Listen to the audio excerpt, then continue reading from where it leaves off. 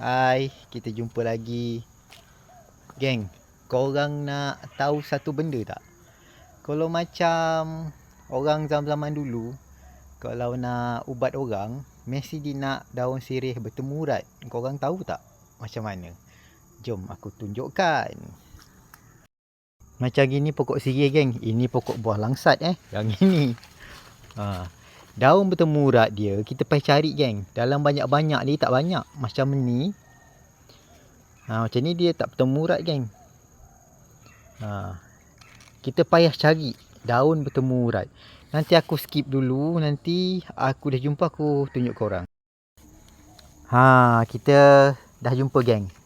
Dia bukan senang geng nak cari. Dia macam gini geng. Ini nama sirih bertemu urat. Sorry sikit geng. Tangan aku kotor sikit bawa balik kerja geng. Biasalah pegang galah sawit. Inilah sirih bertemu urat geng. Macam gini. Dia tak banyak. Kalau macam gini tak bertemu urat kan. Dia macam berselisih. Macam gini dia bertemu urat. Semua bertemu urat. Ini nama sirih bertemu urat. Dia tak banyak geng. Dalam banyak-banyak aku cari tadi tak ada.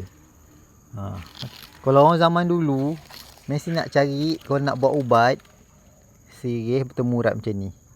Okey geng, semoga bermanfaat. Okey, assalamualaikum. Kita jumpa lagi.